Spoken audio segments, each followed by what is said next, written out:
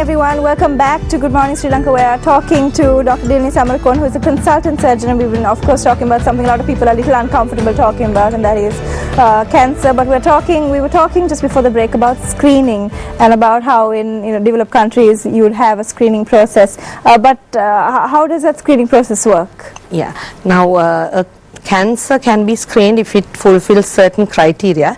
Now, breast cancer actually fulfills that criteria, which means that there has to be a stage of the cancer when it's at an early stage, which can be detected by a very sensitive and a specific test, which is available, widely available.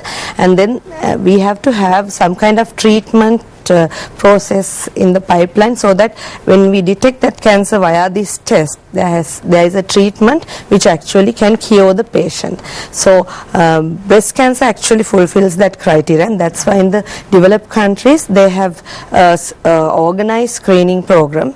Now say the United Kingdom or the United States of America or even Australia, they have like every 2 years. And in the States, actually, every year, annually, they identify this risk group. That's the other criteria. There has to be a certain group. We can't actually put people, the entire female population, through the screening process, because we have to identify the target group or the high risk group. So like in Sri Lanka, it's 40 to 60 or 65 years. So that age group we have to identify and then put them through this screening program, and then detect these cancers at an early stage. Now there are other cancers like colonic cancers, which can be detected early by colonoscopies. So anyone who has symptoms, now in the developed countries, they have, if anyone has a symptom related to the large bowel, like bleeding from the bottom, then it's mandatory for that person, especially if they are over 50 or 55 years, to undergo a colonoscopy. So that way they'll detect these cancers early. So when they do that, then there is a treatment process in the pipeline, so that prostate cancer is another cancer which is now becoming a bit questionable, because PSA, that's a blood test that was used, and that is it's a gray area when it comes to screening. In the States they still do that, but now there is a question whether you should screen or shouldn't screen for prostate cancer. So but now when we talk about Sri Lanka, because I think breast cancer is a thing that is affecting a lot of females in this country, so screening is available. Although there is no organized program, there is screening available. So these awareness programs are very good in terms of educating the public to come forward, whether they are symptomatic or not, if they belong to this target group or the high risk group, so that they can come forward, get themselves screened, and then remain there till that age group is once they are over a certain age, they don't need that, so that we detect the cancer early. So any cancer, screening is for early detection. So early detection is important, because one thing, it will actually improve the outcome in terms of, now if it is breast cancer, in terms of cosmesis as well, but it will improve the chances of survival, because we catch it at an early stage and then we treat it before it spreads, or when it is the spread is minimal, and also the amount of surgery that is needed. Now I always go back to breast cancer, because that is a very good example.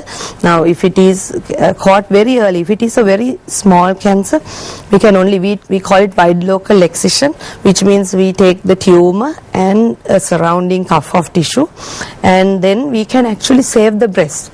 So it's less mutilating surgery, so that I think that's very, very important, especially if it is older person, because the more time you spend on surgery, the more serious the surgery is. The outcome in terms of the patient's condition as well is going to be low. So prognosis wise, early detection is the best thing, apart from actually prevention.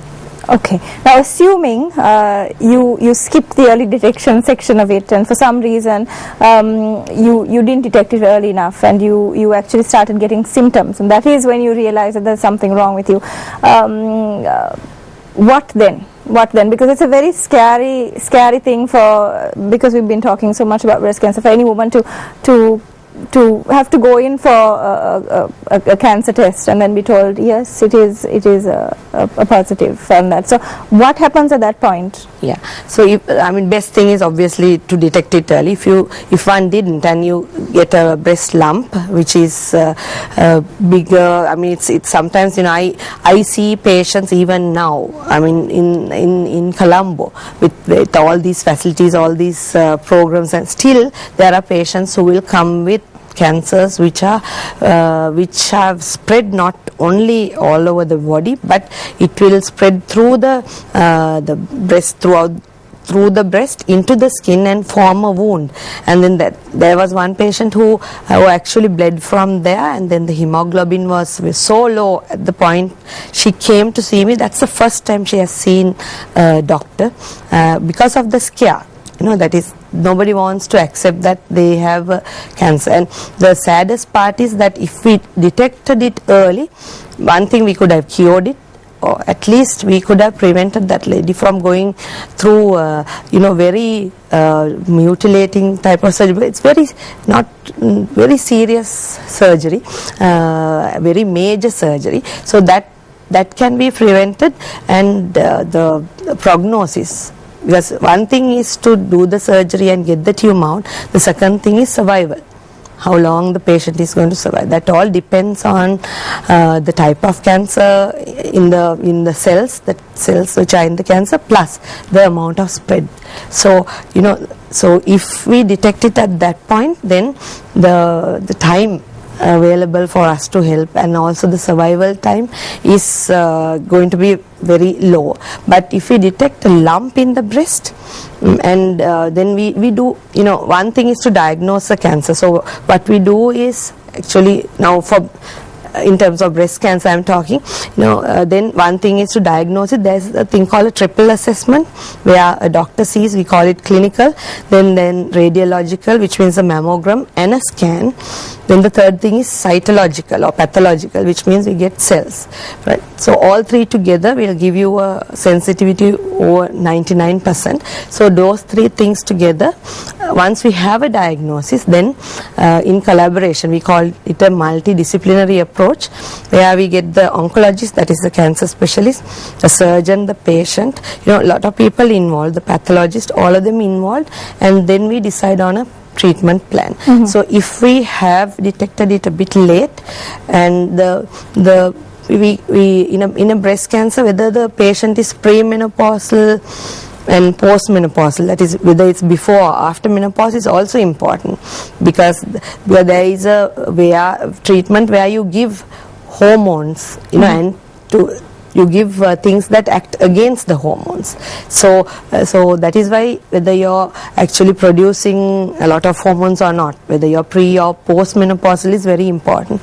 So all those things together will tell you whether you need, before surgery, whether you need some radiotherapy, chemotherapy, because if it is at a later stage, then we suspect that the tumor would have spread. Mm-hmm. So, Dr. Samarkon, we're just going to have to take a very quick break, but obviously this is something that I know our audiences would be very interested in, so we need to take a quick break. When we come back, of course, we're still talking about cancer this morning. It's a little uncomfortable, I'm sure, but please do stay with us, and we're at the stage we're talking about prevention and cure, so please stay with us.